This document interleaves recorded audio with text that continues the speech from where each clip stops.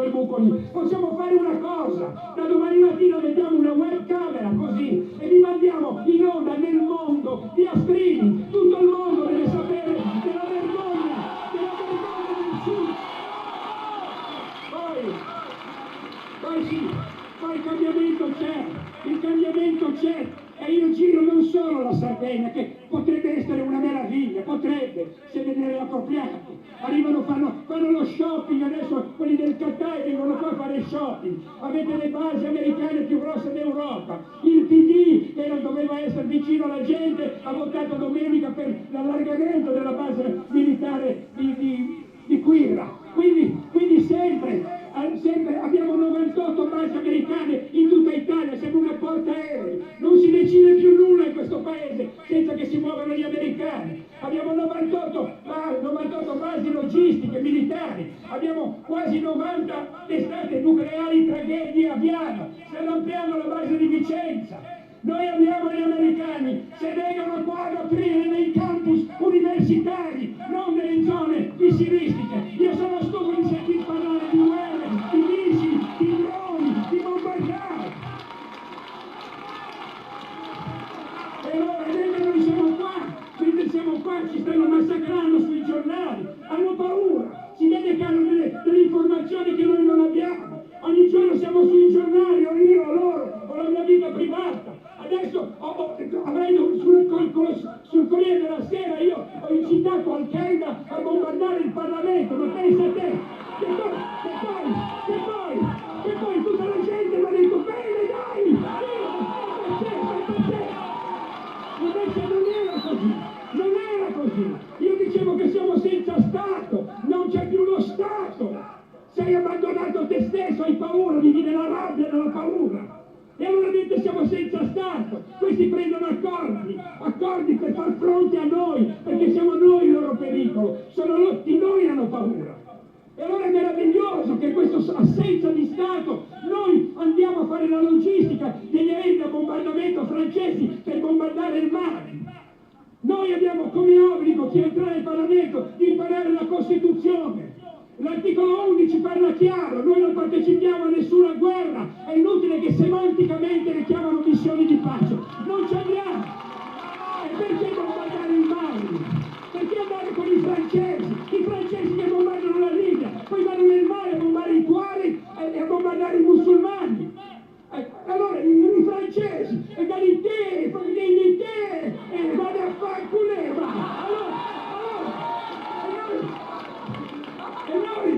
E noi a fare la logistica dei missili. Io ho detto solo questo, se i missili logisticamente puntati da noi sui loro aeroplani francesi bombardano i musulmani, chi ci dice che Al-Qaeda veramente non venga qua a fare un attentato a noi, non al Parlamento, a noi? E chi si assume le responsabilità di questa cosa qua?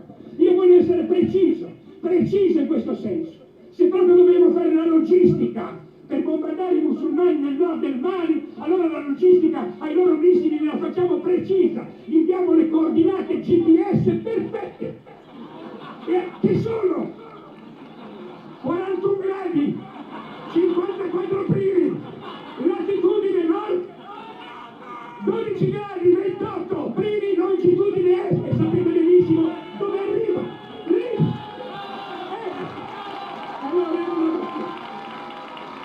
Allora, guardate che non è la situazione solo della Sardegna, voi vi hanno espropriato di più la vita, la dignità, l'identità, non sapete neanche più chi siete, e neanch'io che giro, vedo un paradiso terrestre trasformato in sofferenza e disperazione.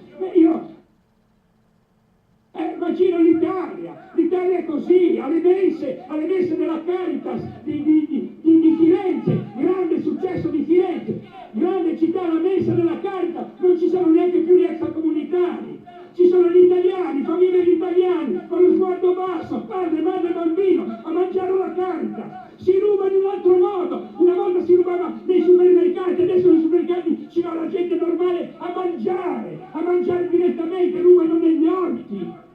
Questo mondo sta cambiando, i centri di tutte le città si stanno svuotando, piccoli commercianti non ce la fanno più, chiudono. A Prato è arrivato a chiedermi aiuto a me un cinese mi ha detto, non ce la faccio. Allora, se non ce la fa un cinese diventa. Allora, e allora invece siamo nella disperazione, siamo nell'emergenza, siamo in un paese pieno di macerie morali, fisiche, politiche, economiche. Questi qui girano, vanno in televisione a dire come risolvere i problemi di questo paese, problemi che hanno creato loro. Allora la prima cosa che noi faremo, li mandiamo a casa tutti! Capito? Per favore, per favore. Allora il mio clan populista, questo è populismo schietto. Al mio clan mi dovete gridare populista, per favore. Fatelo per il TG3. 1, 2, 3, populista! Così abbiamo sistemato la RAI. Allora dobbiamo fare subito. Guardate che questo è nato come un'idea. Un'idea, un sogno. Sai quando hai un sogno?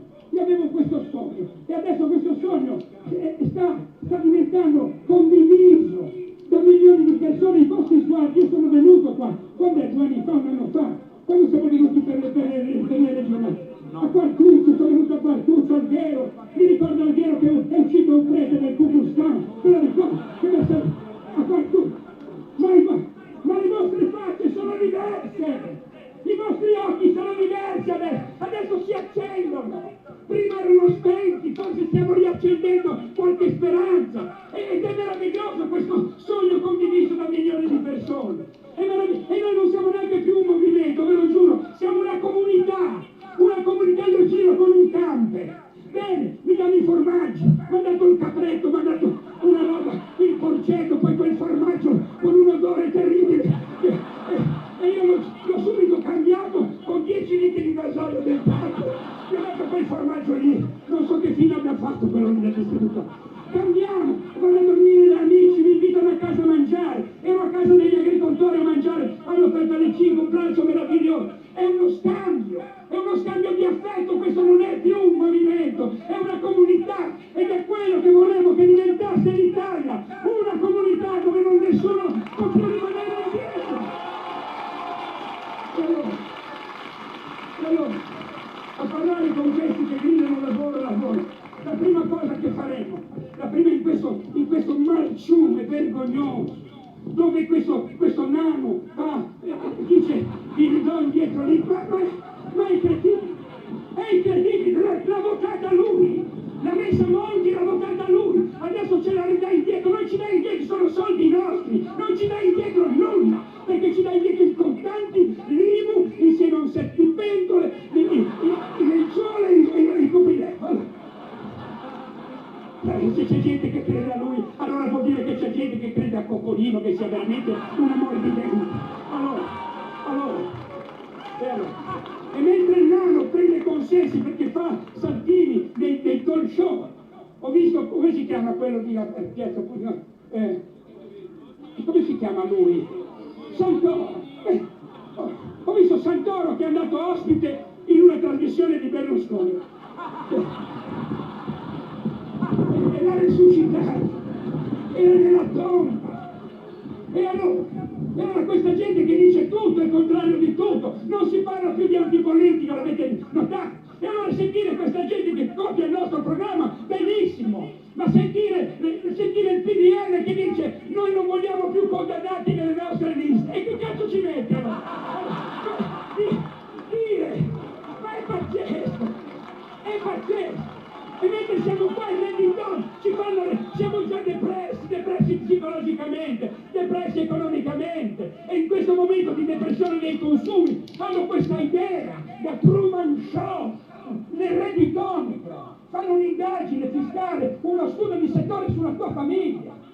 Allora dove hai preso quei 1.000 euro che hai speso 6 mesi fa? Me l'ha dato il mio nonno. E dov'è tuo nonno? È morto. Ma vi rendete conto? Hanno detto una cosa così, i consumi si sono ancora più depressi. Ma io devo avere uno studio di settore. Si sta riempiendo anche la scalinata lì di fronte. Come spendo i miei soldi? Ma sono loro che devono dimostrare come spendono i nostri soldi! No! Guardate che io non sono venuto a chiedere il voto di nessuno. Io per mia natura facevo il comico, dico le stesse cose che dicevo 20 anni fa, con la macchina idrogeno, le rinnovabili, lo spazzolino, i rifiuti, vi ricordate? Andavo in giro a gridare nelle piazze della Parma, vi ricordate, 2 anni prima del fallimento, e dicevo guardate, non investite, è fallita. Lo sapevano tutti i mezzi di comunicazione, bastava un telegiornalino di 10 minuti, salvava il risparmio a 30.000 famiglie. Compravo 2 azioni, andavo alla Telecom a gridare tutto Tronchetti Provera che aveva sbranato un'azienda strategica del nostro paese, strategica, l'hanno sbranata e se ne sono andati uno con 100 milioni, l'altro con 140 milioni di euro, lasciando per la strada 30.000 persone. Andavo a cercarli, non venivano, scappavano. E ci andavo io perché compravo 2 azioni, non c'era il movimento, non me ne frega niente del voto o non voto.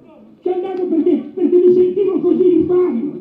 E adesso noi abbiamo un'idea, c'è un movimento dentro, c'è un altro movimento, 1-12. Basta, che un amministratore delegato guadagni 800 volte il proprio impiegato. La forbice si restringe, 1-12, non più di 12 volte dello stipendio più alto degli impiegati. Io 15 giorni fa ho comprato 3 azioni nel Monte dei Paschi di Siena. Sono andato alle 6 del mattino, l'avete visto.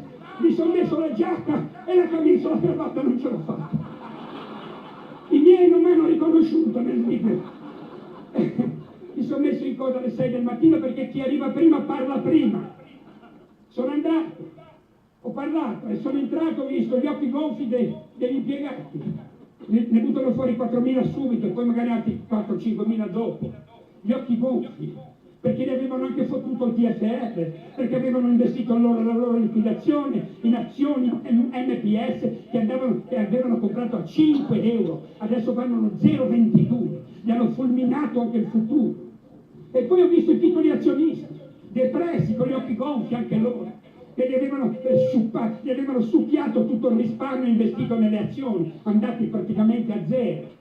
Gli unici soddisfatti, tranquilli, perfetti, era il consiglio di amministrazione con Profumo, uno che ha vissuto di pane e PD per tutta la vita, tranquilli. Allora gli ho detto, avete preso la banca più antica del mondo, una terza banca d'Italia per importanza, avete espropriato dei beni che non erano vostri, perché erano dei senesi, dei toscani, avevano tenute, palazzi, avevano assicurazioni, banche, l'avete preso, avete fatto una fondazione e avete messo dentro la fondazione nominati la provincia, regione, comune, tutta gente del PD e del DS, tutti PD e DS dentro, e avete preso e espropriato i beni non vostri e li avete messi in borsa, li avete messi lì all'alta finanza, legge della domanda e dell'offerta, avete fatto entrare i più grandi speculatori della storia, da Nutti, da Caltagirone, che hanno spolpato una delle più belle storiche banche d'Italia, e poi come se non fosse bastato comprano una banca, comprano un Antonveneto in fondo per fare magari entrare nel Veneto con i leghisti, non lo so,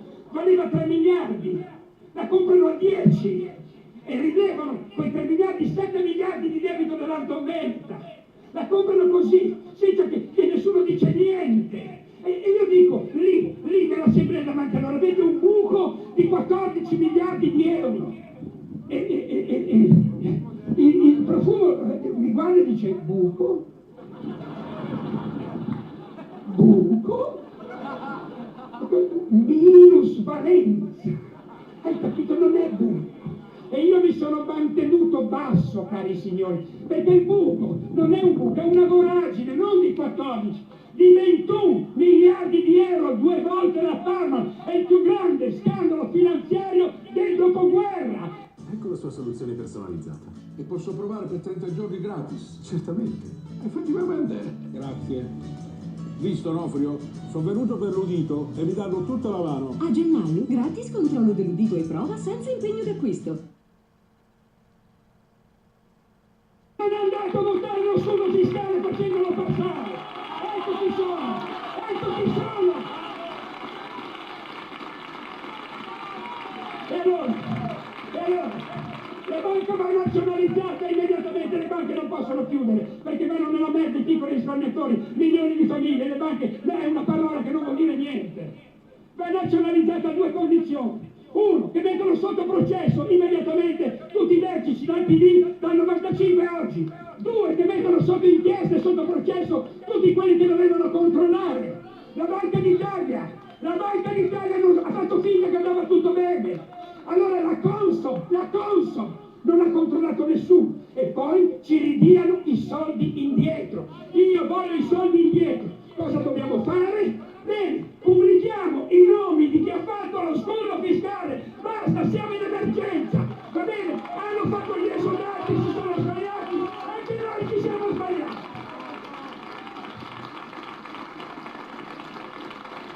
Signori, è il più grande scandalo, sono coinvolti tutti i vertici e noi andremo a votare adesso con gli stessi. E Napolitano, o Guaglione che dice che ci vuole la privacy. Ma lo capite, sono tutti coinvolti. Mi vergogno di appartenere a questo paese, mi vergogno, ma è notizia di stasera che uno della Camera del Nord in Inghilterra ha dato le dimissioni perché non aveva pagato una multa 15 anni fa. L'hanno portato dallo psichiatra. Ma vi sembra possibile? È così. Abbiamo perso il senso delle cose. Ormai è una questione di psichiatria, non di politica. Signori, allora noi dobbiamo subito entrare in emergenza, non possiamo far ammazzare la gente perché perde il lavoro, ammazzarlo che si ammazza mentre lavora, e il lavoro, tutti che chiedono un lavoro, dovremmo reinventarcelo il lavoro. Signori, il lavoro è una parola che è diventata pericolosissima, è diventata l'arma di ricatto di sto cazzo di paese. O ti do il lavoro, mi dai il voto, ti do il voto se mi dai il lavoro. E basta, non ce n'è più. Non ce n'è più. La prima cosa che dobbiamo fare è salvare le persone che non ce la fanno immediatamente. E li vedo tutti i giorni, non ce la faccio più. E vengono da me come se fossi San Gennaro, mi dicono vai, pensati, fai questo, dimmi questo, ognuno mi dà una delega. Non ho questa forza, la dobbiamo trovare tutti. La prima cosa che faremo però è questa, un reddito di cittadinanza. Nessuno deve morire perché perde il lavoro, basta. Lo facciamo. E non è una questa, è un diritto, come c'è in tutta Europa. Entriamo noi nei corsi di formazione, nei corsi degli uffici di collocamento, ci entreremo noi con la rete. E allora ti offriremo tre lavori in 3 anni, ti diamo 1.000 euro, in modo che sopravvivi. Non puoi fare quei lavori lì, non è lavoro, l'ho visto dove vivo. Non è lavoro andare nel succio a cavare nel carbone, a 500 metri sottoterra, per 1.200 euro al mese. Non è lavoro che fai studiare i tuoi figli, lo fai laureare, ti fai un culo così, fai il master e torna e poi va a fare è impiegato in un call center a 400 euro al mese, che ci vogliono i figli della Fornero a fare queste cose qua.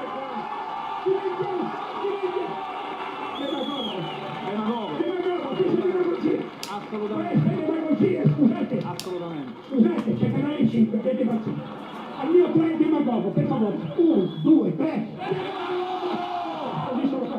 Abbiamo sistemato le reti del nano. Allora. E in tutta Europa io ti do un sussidio per 3 anni, ti do 1.000 euro al mese, per 3 anni, ti offro 3 lavori, se non è...